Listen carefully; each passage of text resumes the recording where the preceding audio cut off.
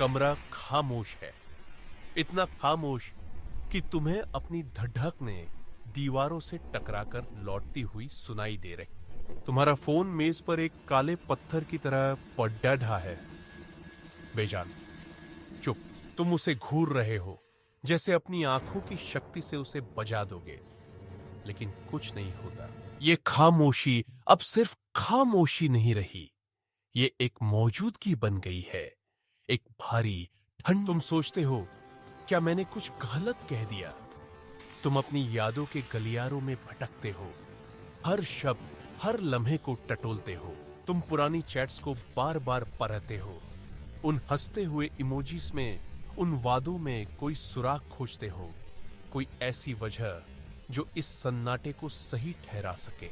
लेकिन तुम्हें कुछ नहीं मिलता, सिर्फ एक अंतहीन खालीपन। तुम खुद को तसल्ली देते हो, शायद वो व्यस्त होगी, शायद उसका फोन खराब हो गया होगा। ये वो झूठ है जो तुम खुद से बोलते हो, ताकि सच्चाई का जहर तुम्हें एक ही बार में न मार डाले। और अब सच सुनने के लिए तैयार हो जाओ। एक कड्डी डुबा, चुभने वाला सच। ये खामोशी कोई हादसा नहीं है, ये एक हथियार है, सोच समझकर चुना गया और सटीकता से इस्तेमाल किया गया। इसे साइलेंट ट्रीटमेंट कहते हैं, और ये मनोविज्ञान के सबसे क्रूर हथकंडों में से एक है। ये निष्क्रियता नहीं, आक्रामकता है।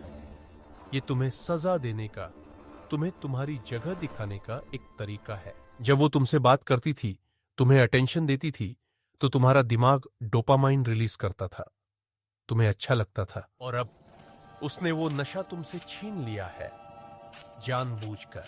वो जानती है कि तुम तड़डेज पोगे, वो जानती है कि तुम वापस आओगे, और ज्यादा बेकरारी के साथ। इसे इंटरमिटेंट रीइंफोर्समेंट कहते हैं।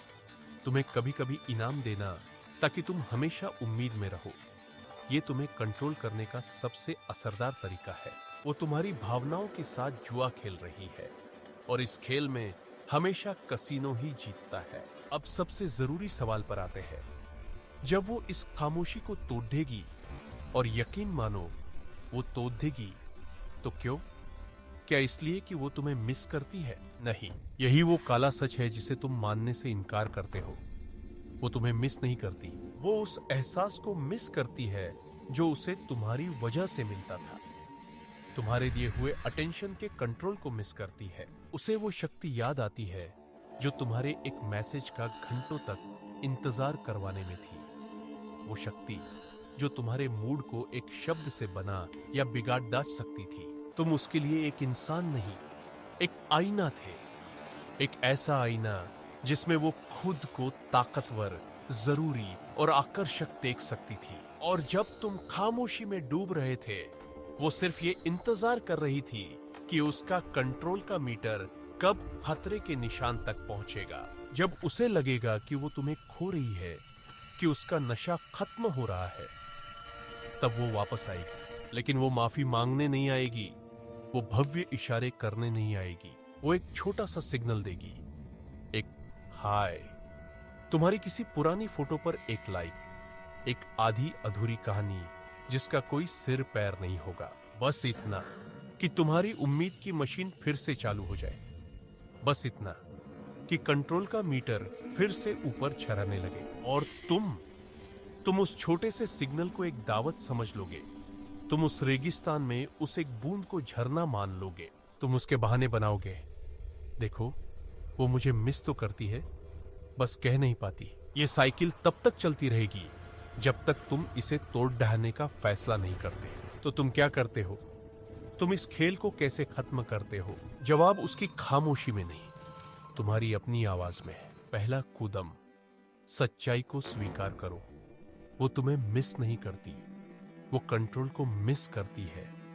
इस सच को बार बार दोहराओ जब तक ये तुम्हारी हड्डियों में न समा जाए। दूसरा कदम, जब वो छोटा सा सिग्नल दे, उसे नजरअंदाज करो।